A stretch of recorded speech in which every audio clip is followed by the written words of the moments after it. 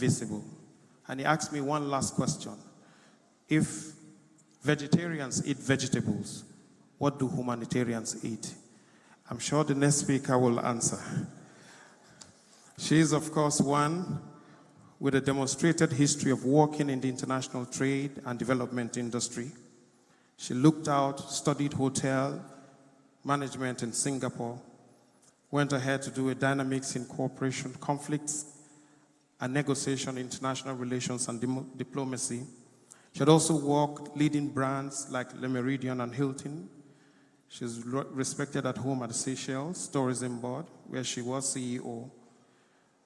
The New York Times described her as hardworking, determined, that she loves photography, and she loves to cook. The African face of the UNWTO, director of the UNWTO Regional Department for Africa, to help us moderate the next session. Please put your hands together as I invite Madam El to do us the honors of facilitating this next session to help understand what was their pain and, if possible, answer all their questions. Another round of applause for her.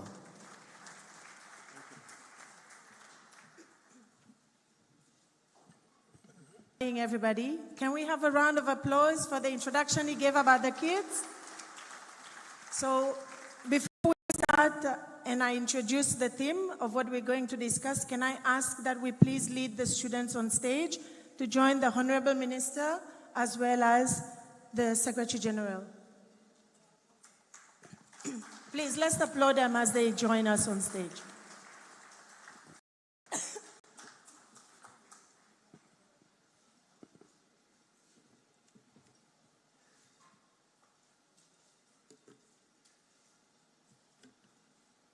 I'm sure we are all excited to hear what they want to ask the two leaders of the tourism sector. So welcome once again.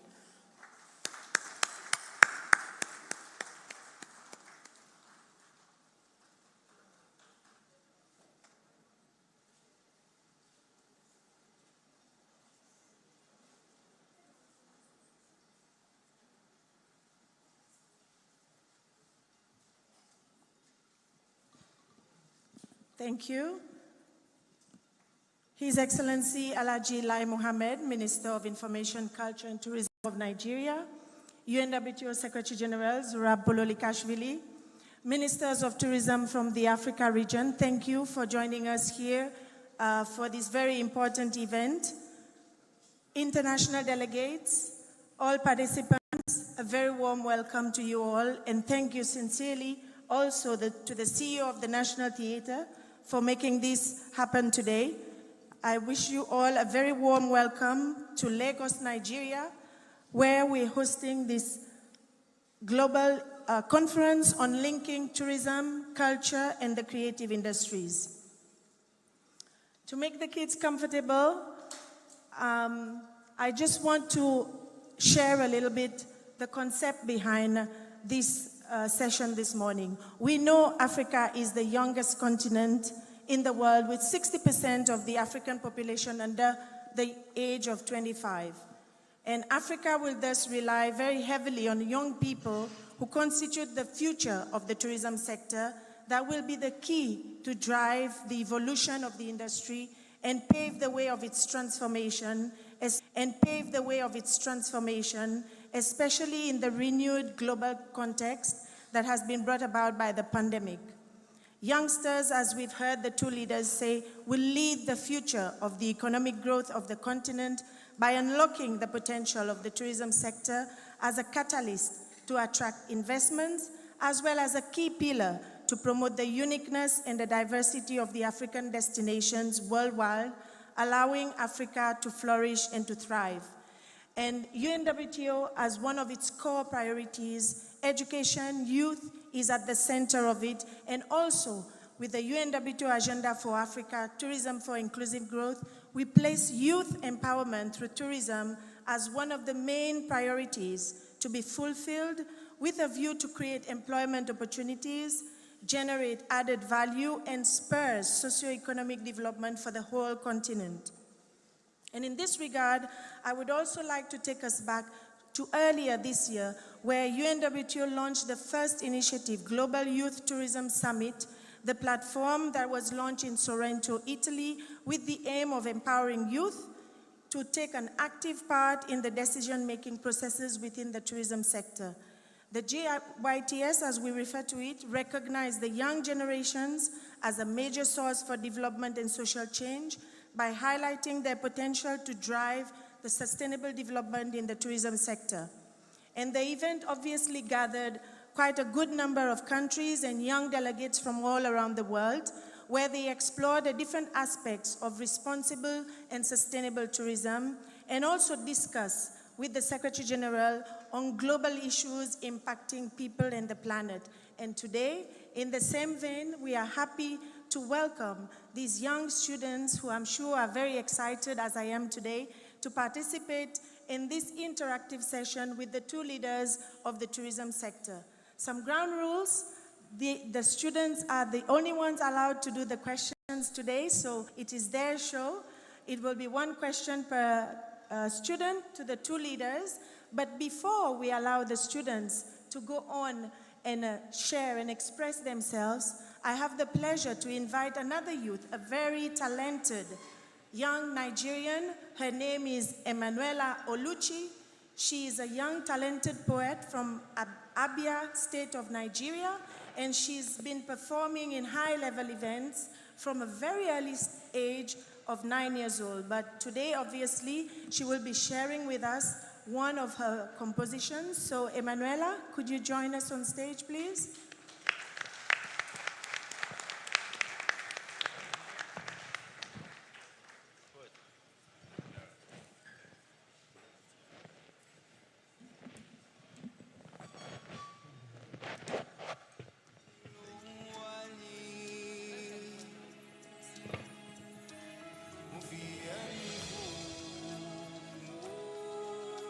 Good morning, Your Excellencies, distinguished guests, ladies and gentlemen. I am Emanuela Onyuncheya, and I'm honored here this morning to present a spoken word poetry. I am a traveler, just like a rumbling wanderer, in search of the fine line between culture and tourism. For all I know is that tourism is a cultural phenomenon, and culture built up the brand identity that tourism sells. And tourism, though impacting in culture and society, it is also shaped by culture and society. But then it took just a little while to end my voyage of discovery, because I realized that this fine line is just a nation sitting on the tourism gold mine. And I'm not sure if any poetic device, mythos, or lines can fully justify the fact that this same nation is a rising tide that will lead all boats in life, because its potential possession is increasingly an important element of the tourism product, which gives a standout in the global market. I make bold to say that Nigeria is the home of tourism. Nigeria, a nation built upon ingenuity, a world of limitless opportunities, more that binds and separates her great entity, because buried in her are myriad of ethnicities, million souls of beautiful culture locked in a wonderful diversity. She holds a unique spirit of originality, an image of resilience and tenacity. Every aspect depicts the ever-flowing aura of her creativity and the awesomeness of her versatility. Nigeria, a nation built upon ingenuity, a world of limitless opportunities. Nigeria, a nation basking in rich and captivating biodiversity, the hotspot of a million creatures of endemic species, an ecosystem teeming great heterogeneity, vast calderas of majestic monoliths, lush greeneries, appearing as the absolute paragon of tranquility. Explore the confluence, cascade rushing over cliffs and serpentine streams, beautiful beaches and warm springs, likes of Wiki and Ikogosi, whispering green hills with scenes of emerald shade of Hollock, virgin vegetation disappearing into horizon, ubiquitous sights of flora and fauna that are anomalous, dotted like wild flowers. Discover the beauty in the giant boulders and rocks, with unique and natural contour, the serenity in the awesome caves of distinct size and shapes. This is the botanist's delight. Seraph's paradise and art's untrodden lullaby. Nigeria, a nation with art and outstanding aesthetics of 1,000 years, erected century after century in abject beauty. The terracotta, the bronze casting and Benin antiquities, speaking and advocating, revealing our cultural sophistication and genius of the black artistry. And every sartorial representation is high fashion and style, made by eclectic mix of colors and intricate design, existing among different tribes, from the northern Damboyo and Riga, to the eastern Isiagu, to the western Ashoke and Adire. Beads, corals, cowries, and countless regiments, expressing the finest and timeless pieces of 100 descents. She wears the untilted crown, depicting her dominance and finesse. Niger and its flavor. This is a nation distinguished by the pursuit for culinary perfection. It is a fact that can't be relinquished. Competitors are even better, throwing ice cubes at the sky in order for the sun to be extinguished. Clustered by rich arrays of cuisines, where the normal ritual or routine is for the mortar to be hit by the pestle to melt into a gastronomy that is supreme. And now I hear the sounds of the drums. It's beating, making her daughters sway their hip in the niche rhythm at the sound of every bedu, ogene, and kakaki, creating epic and genre-breaking masterpiece. She bore stars as giants moving with massive sprints, shaping the world's music scene. Feel the endless beats from the Afrocentric kings, legends as Burna Boy, Davido, Tiwa, and Wizkid. They are the building block to the establishment of Afrobeat. And the Nollywood,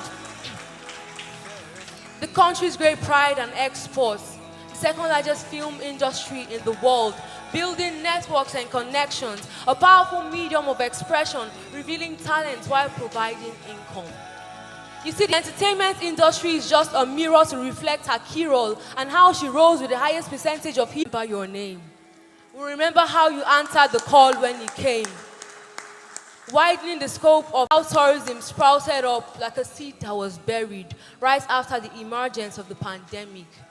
Many words can't express, but we can put it to the test to strive and thrive in enriching lives. So tour Nigeria and see you tomorrow. Thank you.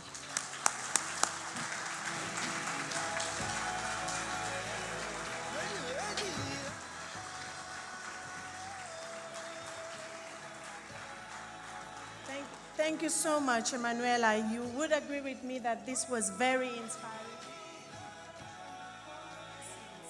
of what this conference is all about, all the touch points that we will be unpacking over the 2 days. And we saw also the beautiful attire that she's carrying today. It's all part of the creative sector. So I guess now you are all excited and ready also to fire away with your questions.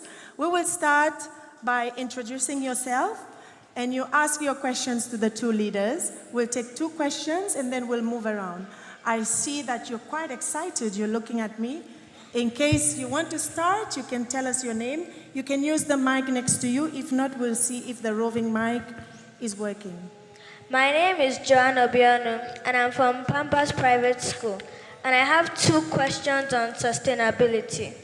My first question is, since tourism involves traveling from one place to another using cars, planes, etc., how can we stop the damage done to the environment?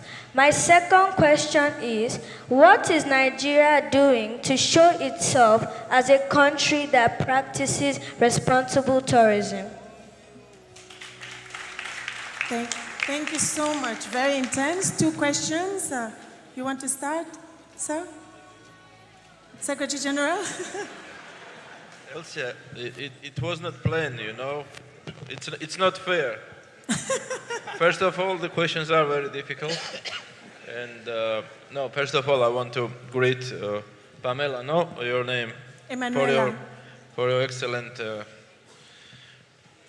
excellent opening remarks, I would say. And you really made us very exciting of this conference. Great start and great.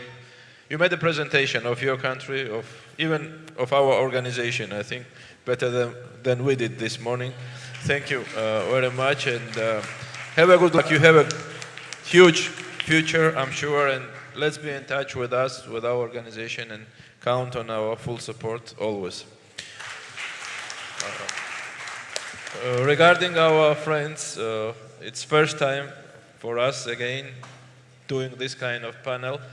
We all are boring to listening our moderators and questions, but the questions are quite difficult. Okay, let's start from you. Welcome, dear friends. We are friends, no? All of us. I think that the whole world, and we are now here just after COP, now in Egypt, in Sharm el-Sheikh is happening one of the biggest events regarding sustainability and climate change, and your question was about sustainability. Now what we are doing, how we can solve the problems we have, and we have a lot of problems. COVID was one of pandemic and one of the crisis during last 2 years, and we always mention that the most important challenge is climate change and environment. So from our point of view, most important thing is to educate people, and what we are doing now and what your schools are doing, they put on the priority, and I'm sure that this question is coming from you. Why? Because you are learning something about sustainability, no, in the school, or not? Do you have some classes about sustainability in the school? Because in my childhood, I didn't know what is it. I didn't know what is UN, what is tourism, what is climate change, you know. So you are progressing, and I'm sure that with the knowledge and with education, you will do and you will understand more about sustainability. Tourism is affected a lot on that issue, and we have even a special department who is doing and who is creating the methodologies and guidelines how to fight against the challenges we all have. So protect the environment, it's one of the most important issue and challenge all we have. And who can solve this problem? It's you. Because we already did our job, horrible job on the planet, not me and Minister, all of us. And now it's a time, and it's a time to start to think about planet, to think about sustainable development, to think about habits which we have to change. And I'm sure, and that's why we want to involve and to have all of you with us. That's why you are here with us, because we have to learn together. We have to tell you our mistakes, what we did. And you, I'm sure that you will never repeat them. I'm sure that you will do better than we did. Our trips, our travels, our approach to nature, you know, and you are from the country which has huge potential in tourism, and nature, it's one of the most important part of your country. Nature and culture, I would say. So very happy to have you with us. What Nigeria is doing to promote tourism, I think our dear minister will explain better than me. Minister, I can say a few words. You have one of the best minister in the world. I can say it. And putting and supporting your beautiful country and opening up. Nigeria has to be open. Nigeria has to be known all around the world like a tourism destination. And this is what we are doing together. That's why we are here. And I'm sure that Nigeria has a huge future, because this is the best recipe to create new jobs. And tourism will create millions of jobs in Nigeria, thanks to minister and thanks to government. Thank you very much. I'm more afraid of questions from younger elements than the older people, because they ask it as it is. My first inclination was to say that Oluchi actually has answered all your questions, but I'm sure I won't be satisfied with that. Yes, it is true that tourism is about going from one place to the other. We actually do use, aircraft. We use vehicles. We go by boat. And in each of these, I agree with you, we pollute the environment. This is a real issue. So the question really, or the issue is, how do we balance the environment on the one hand with the necessity of traveling. That is why one of the most important objectives of the Unwto is actually to encourage and promote sustainable and responsible tourism in a manner that will be universally accessible to all. So on the one hand, we are promoting tourism, encouraging, people to travel by air, to travel by road. But at the same time, we are not unmindful of the effect of pollution, caused by aircraft, caused by, vehicles and the like. But on the other hand also, we also create jobs. We create connectivity between one group of people and the other. And we have embarked these days, especially at the Unwto and at the various Ministry of Tourism, to actually promote things that would reduce pollution, such as renewable energy, such as improving and encouraging people to travel more by waterways, such as encouraging young people like you to have clubs where environmental issues will be discussed. And I'm sure, as you all know, the entire world today is in Egypt discussing the same question you've raised, which is how do we make this our universe sustainable? Because we have no other universe apart from this one. I agree with you absolutely. Therefore, we must be responsible in how we use it. We cannot, and we must not forget that this universe is not just for us alone. We need also to pass it on to you in a pristine condition. And that is why the entire world today is in Egypt discussing the same problem which you have raised there. You can imagine if all heads of states in the world are discussing this simple question and they are yet to find an answer. You can see my difficulty in answering this question. But one thing is clear, which is that there will be need for what we call climate justice. The world has moved away now from climate change to climate justice. Climate justice in the sense that we in Africa, and in the entire world, in the entire developing world, we are responsible for only a fraction of the pollution that has led us to where we are today, which is global warming. Now we are saying that those who are responsible for this global warming should also be honest, courageous enough to help us get out of the problem. And this is why you have this situation in COP27, where the entire developing world is saying, wait a minute, it's not just about climate change, it's about climate justice. You should give us money to embark on renewable energy. All we have in Nigeria today is fossil fuel. I'm talking about petroleum resources. Our crude is our major source of revenue. Accounts for about 70% of our revenue, about 25% of our foreign exchange. The world is now saying, because of global warming, we should not use or sell crude. Without selling crude, we cannot build roads, we cannot build airports, we cannot even fund our education. So we are now asking the entire world, fine, we are ready not to sell our crude. We are ready not to further pollute the universe. However, you must pay for it. So this question asked is what the entire world is actually discussing today in Egypt. I thank you very much. Thank you, Excellency. We balance a little bit. We'll go to you, sir, with your questions. You're having the best session today, right? So can we have your question? Morning, everyone. My name is Oluwa Dijimi Fakir Smith. My school is Pampas Private School. And I have one.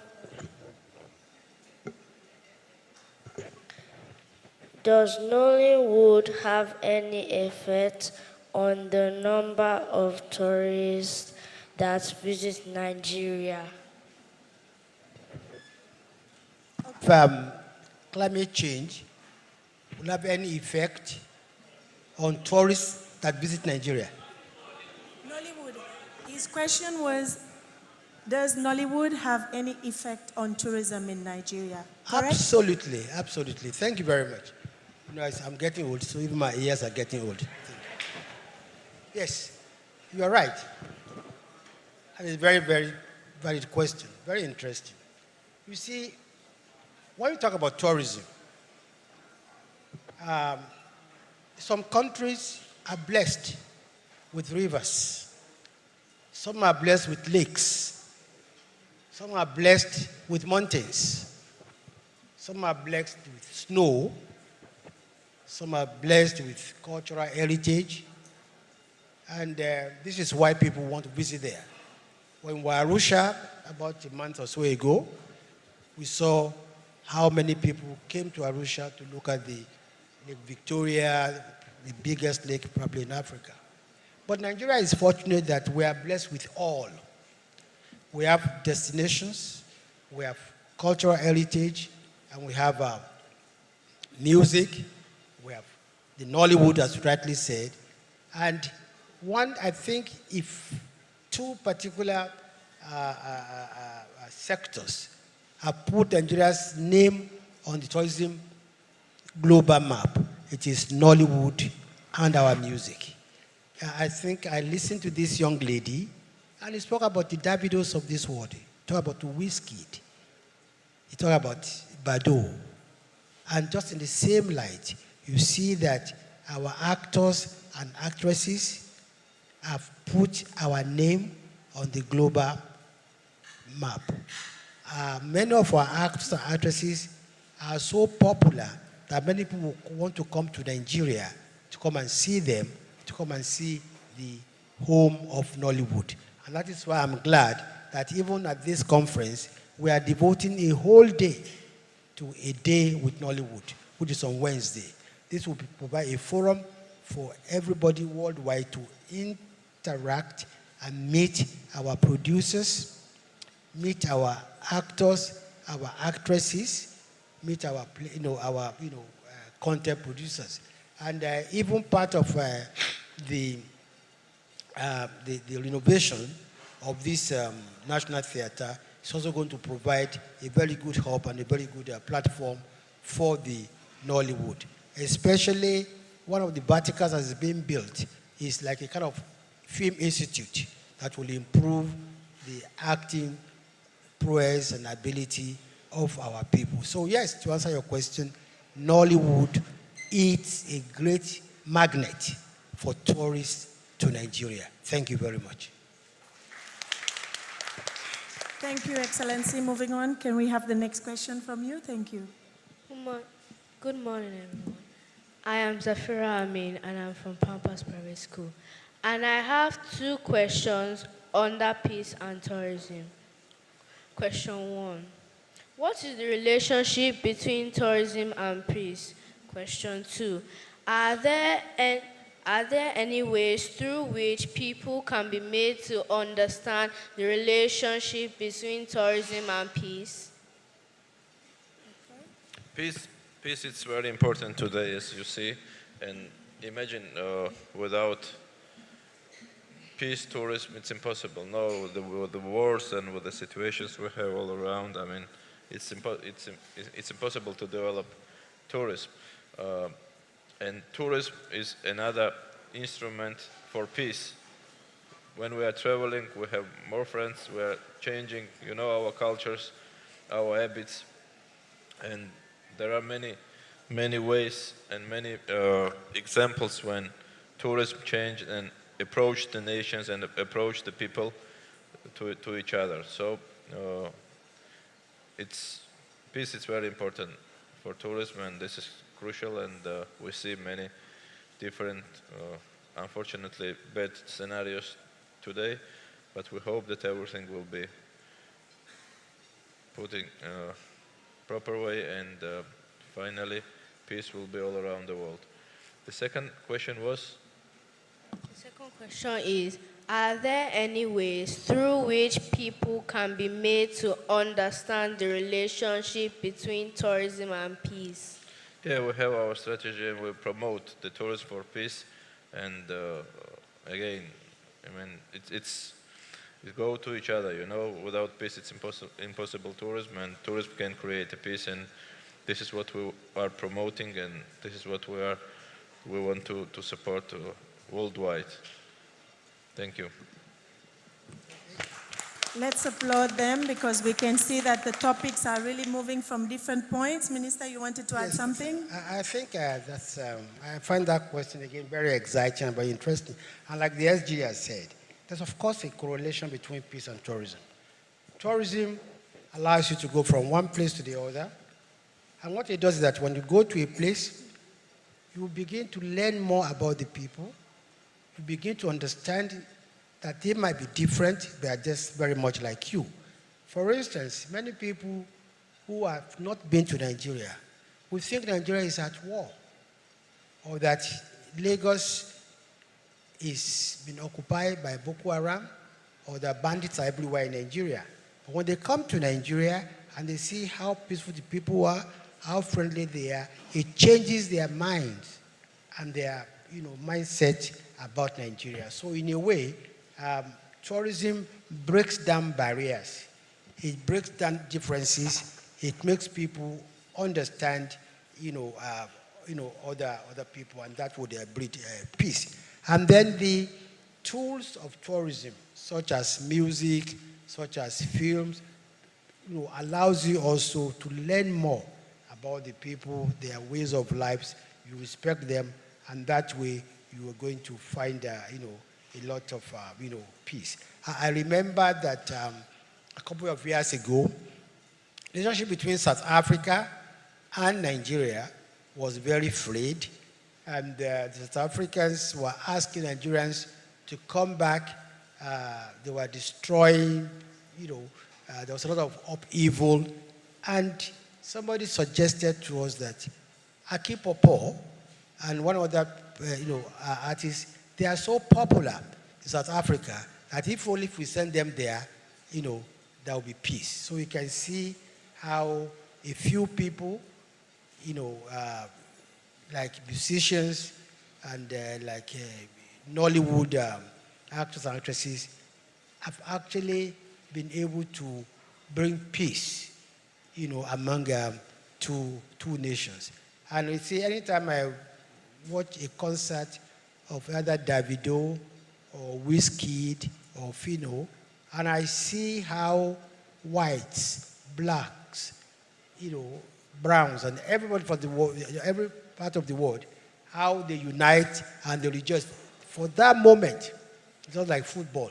People forget that they are white or they are black. So yes, tourism and peace are, very, related, and we must always let, sell these our tourism assets so that there will be more peace in the world. Thank you. Indeed, thank you, Excellency. Moving on to you, the next question.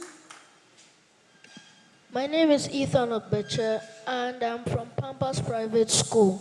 And I have 2 questions under jobs and tourism. Number 1, in countries which tourism is seen as not to be, in countries where tourism is not seen to be very important, how can young people be made to see tourism as a job provider? Number 2, how can we help women to participate and make more money from tourism? Thank you. Very important question. And I mentioned before that tourism is the best way to create new jobs. As much tourists are coming, I will try to explain in a simple way. No, as much tourists will come to your country, to your city, as much job we will need, because we will need more transport, we will need more. You will need more entertainment places, restaurants, hotels. Hotels need the personnel to serve, you know. So this is it's go to each other, you know. So it's the best and fastest way to create new jobs. So we really hope that with the transformation of Nigeria, of Lagos, in a touristic destination, it will create very fast a lot of jobs. But don't forget that at the same time we need to be ready and to be prepared for it. That's why education is another very important part, and we are trying, and I will mix both your questions, that we are trying, and I'm sure that in very quickly we will start to put the subject tourism in schools. In schools, you will start to learn tourism like a subject, like you are studying math, you are studying geography, you are studying, I don't know, another different things, no?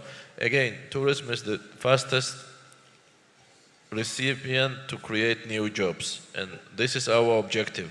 Our objective is to create new jobs via tourism, and we are promoting it, that's why we are here again. So the future of your country is in tourism, I'm pretty sure, and it will create new jobs and more revenues for all families in Nigeria. That's why you have to be ready. You have to think about where is your role, where you see yourself in tourism sector.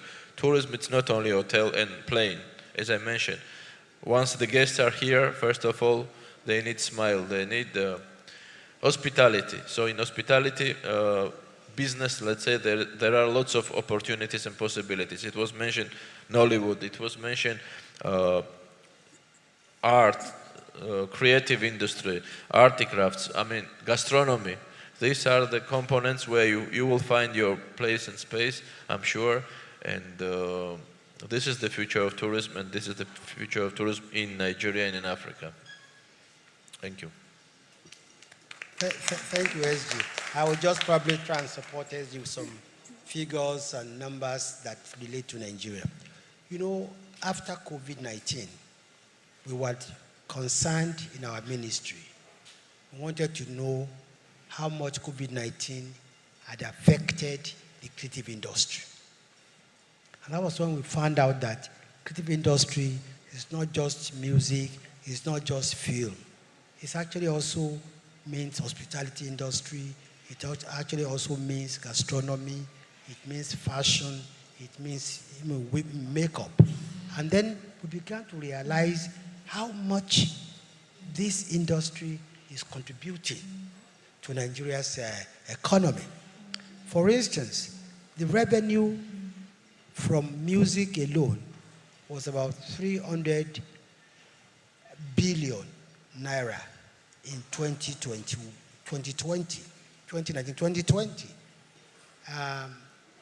That's music. The film industry, about 170 billion naira revenue. But we were surprised that the fashion industry brought in 2 trillion naira. Trillion, not billion, naira. And we began to wonder that you mean the fashion industry in Nigeria it's creating so many jobs and bringing so much revenue. Then we realized again that the beauty, hair, hair care and beauty was 1.2 trillion naira. So when I got home, I asked my wife, how come that this industry is so huge? And my wife told me that, you see, most women today, with due respect, who are 40 and above, they don't know how to tie their gele or headgear. So people come out to come and tie their gillies and headgears for them. Some charge 40,000, some charge, 10,000, some charge 20,000. So you can see how this industry, this creative industry, is creating money, a lot of money for young people. And that is why it's important for every country to put emphasis on the creative industry. Of 50% of application. We received around 10,000 applications from worldwide, and 50% was from Nigeria. Imagine. No, this is coincidence that we are here, but this is the reality. So what does it mean? That means that you have a talent, you have lots of projects, and you need support. You need support to these projects to be internationalized and to export outside of country. Because what you are doing here, it's not enough for tourism. Tourism now is became, and all our trips, we saw the statistics that 95% of our trips worldwide are made by digital platforms. Nobody is printing now the tickets, and they change a lot. And we want to promote these assets and use these assets to attract more tourists, to attract more diverse kind of tourists who will travel in Africa not only for see animals or safari, to come here and to see and to feel the part of this beautiful continent, to feel and to see what they never seen in their life. It never was mentioned, they are all culture, the part of Africa. It always was safari, safari, safari. People are coming here to go to the forest. Of course, this is also unique and authentic, but there is another big part which is absolutely undiscovered yet, or discovered and not well. We were talking a lot about gastronomy. African gastronomy, it's another treasure you have here, but unfortunately people didn't know about it. We started together with you to promote the African gastronomy outside, and to promote and to give more knowledge, to modernize the African gastronomy here with several partners. So this is a long-term process. It will never happen in one day, but this is the beginning, what we are doing today. This is the good and nice start to do it, and somebody somehow has to do it. And if we don't do it, nobody will do it in the future. So that's why we are together. That's why I'm very thankful again to have numbers of ministers coming with us. We will promote and we will continue this kind of events, this kind of meetings with you. We are learning from you many things. All questions was fantastic, very well prepared, and I really feel with you like our brothers and sisters ministers when we're sitting in the panel. And thank you very much. Have a good luck. I wish you all the best. We agree that we are friends. Thank you very much. I just want to thank all of you. I want to admit that in my 8 years as a minister, I've never been grilled like I've been grilled this morning by these young people. I think you have put myself and the CSG, you put us to task. And I'm sure we can sit down today and write an examination. Thank you. Ladies and gentlemen, let's applaud the students from the Pampas Private School. They've been brilliant. They were very consistent. They touched on all the different points related to the topic today that I will invite Emanuela.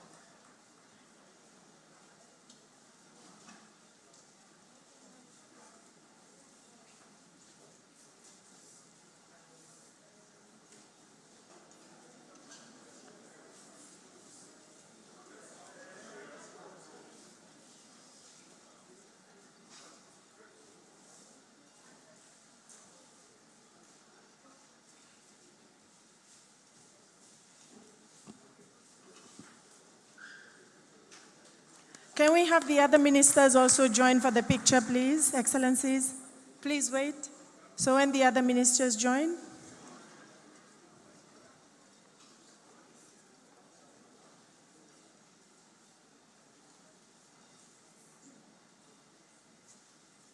We've gone a little bit beyond our time, but I'm sure you will all agree with me that it was a brilliant session, and we can then allow and proceed with the second part of the session after the picture. Thank you.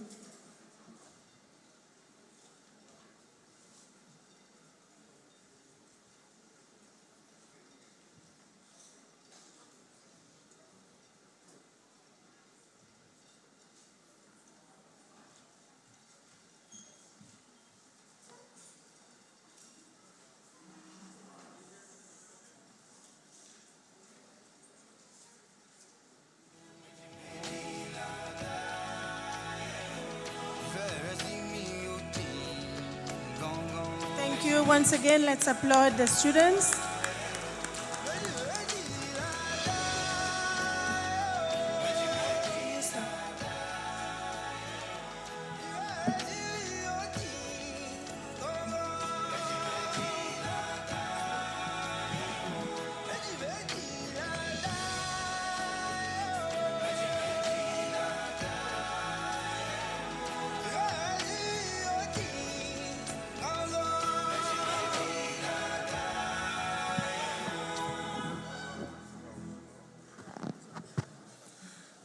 Well, thank you very much to those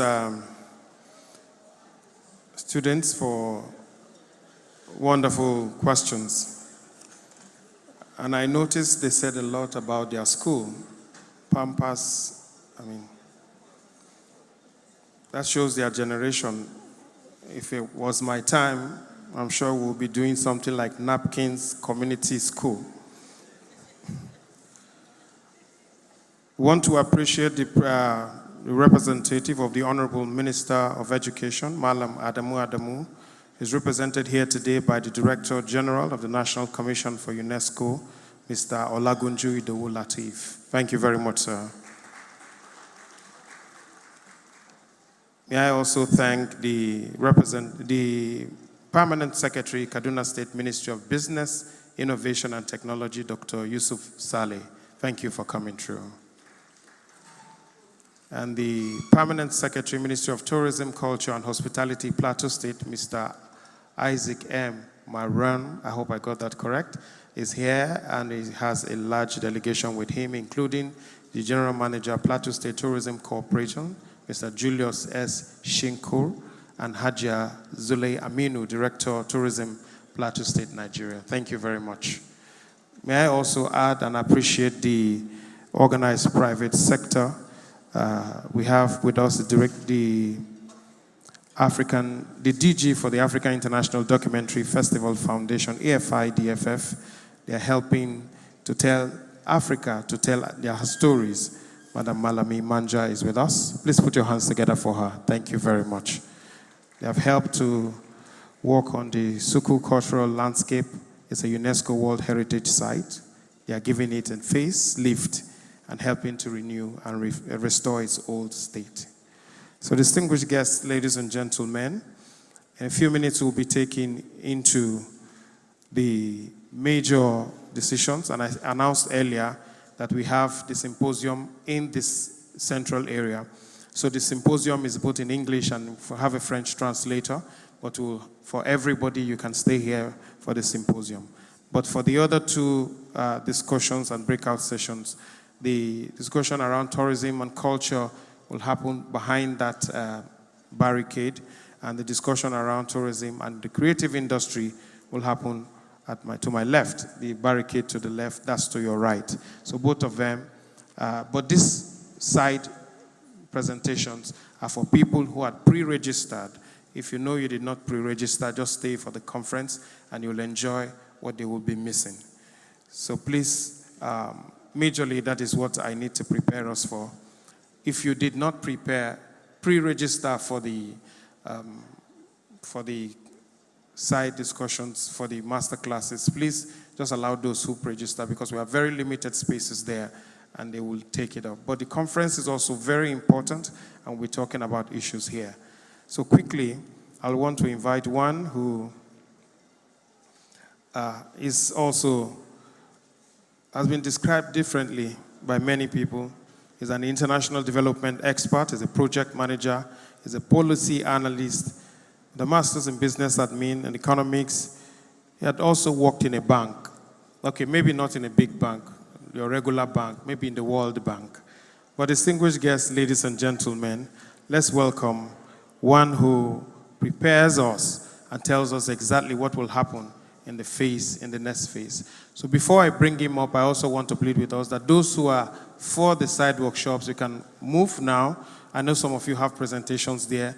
Let's have you move to those sides so that we can have you quickly do this, because they are all happening simultaneously. I'm sure I passed that message already. For the tourism and culture discussion, it's happening to my right. And for the tourism and the creative industry, it's happening to my left.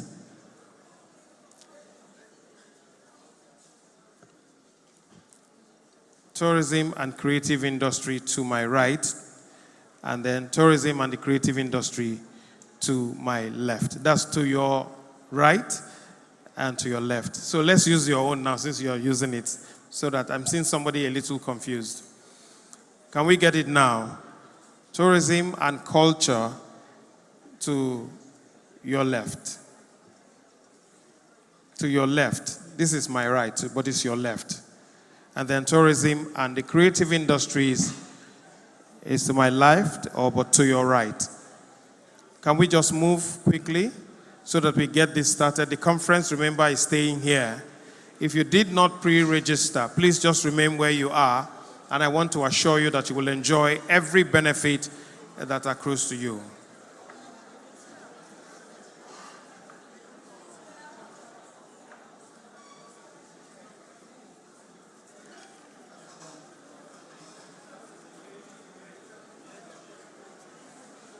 So if we move quickly, if you did not pre-register for the workshops, please don't go there and clog the space. People have already pre-registered, and it's important that we get them to sit down. The rest of us will remain here.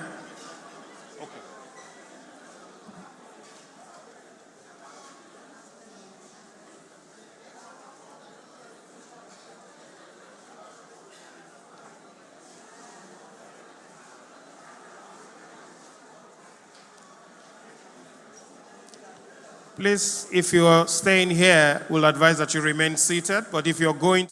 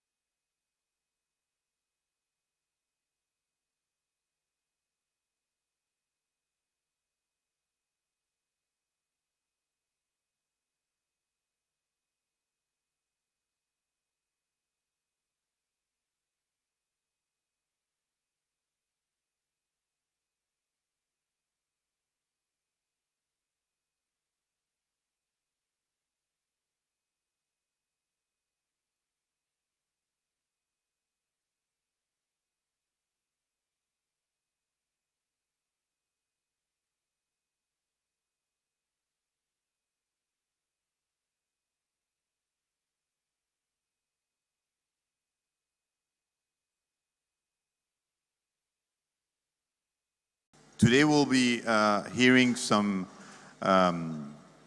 success stories from local startups, key solutions that have been able to implement, and how they're actually using that, their technologies to support MSMEs in the tourism sector. So I will invite the moderator for this session, that is a Digital Futures Roundtable. So I will invite Ms. Ojama Ochai, who's the managing partner of the Creative Economy practice at CC Hub. Thank you. And I will invite the speakers of our panel. Mr. Luther Lawin, who's the founder and CEO of PricePally.com. Mr. Akin Braithwaite, who's the managing director of Kasuku Communications Limited. And Tosina De Lobo, who is a representative of Checkit.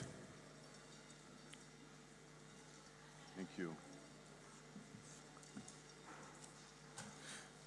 So, Ojama, over to you.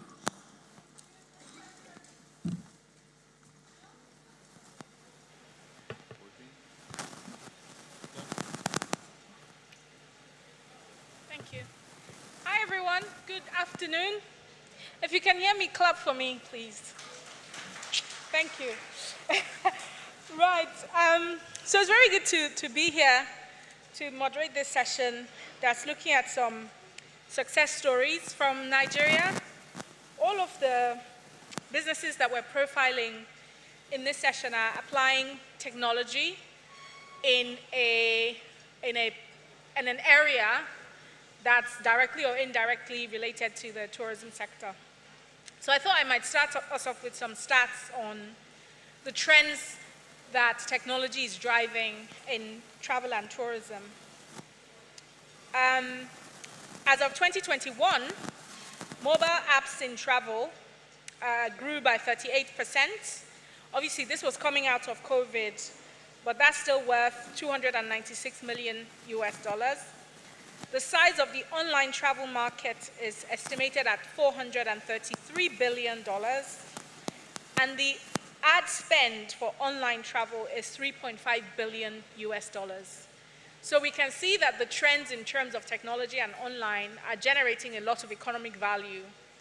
And so the three startups we've got today, and the three companies that we've got today presenting, are also generating value from applying technology in an area of work that they're running.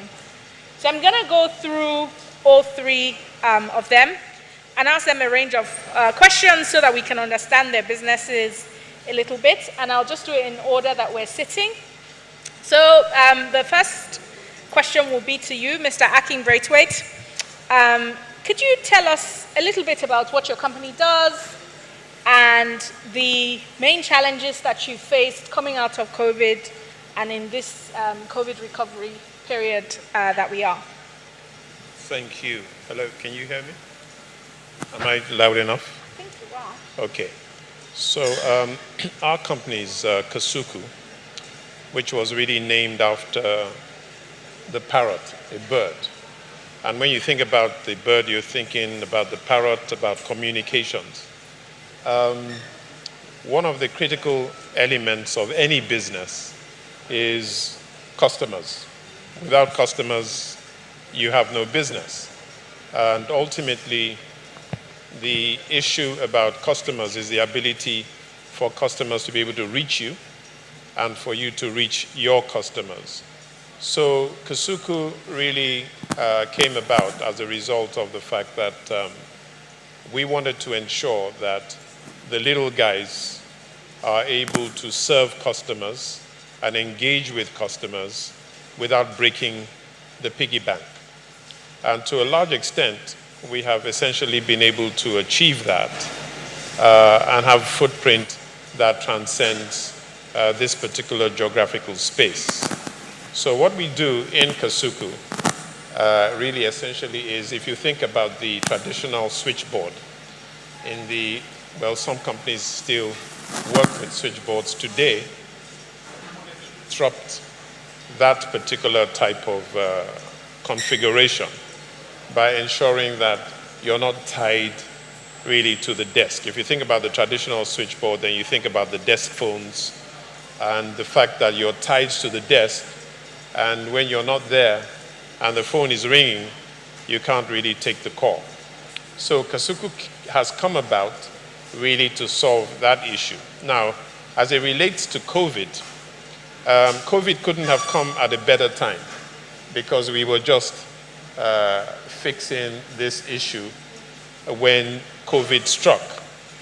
And it kind of saved us having to explain, to the target audience, the need to have communication from a remote perspective, because suddenly companies couldn't work, staff couldn't get to the office, customers couldn't reach their service providers, and suddenly we became a need to have.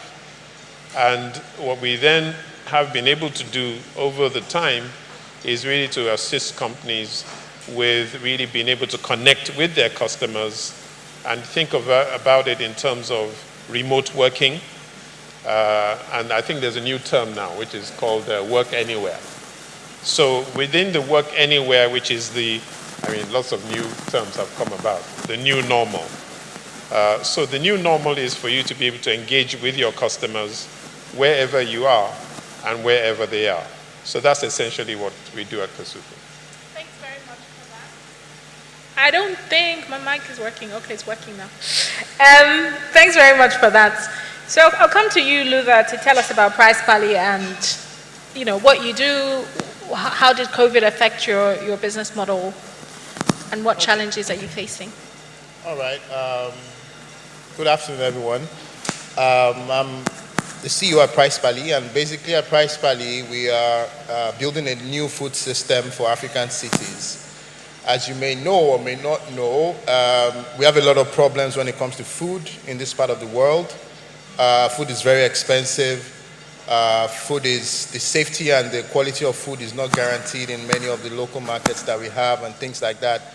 And if you consider tourism, which is the subject here, food is really critical to the development of tourism. When people come, for holidays and stuff, they have to eat and things like that. So what we're doing at Price Pally is using technology to enable cheaper food, better quality, and a faster distribution. So at Price Pally, we have a platform, we have a web, an app, and a chat bot currently that consumers and businesses can group buy fresh food directly from farmers, wholesalers, and producers. That way, consumers and people buying this food are able to take away several layers of middlemen that add to the cost and reduce the quality of food. So the food you are buying at Price Pally is typically cheaper than your local market. It's typically fresher, and you have more confidence when it comes to the quality and the safety of the food. And we've been doing this since 2019 November, and that was just right about when COVID hit. When COVID hit, it was a two-way. There was a good side and the bad side of it. The bad side of it that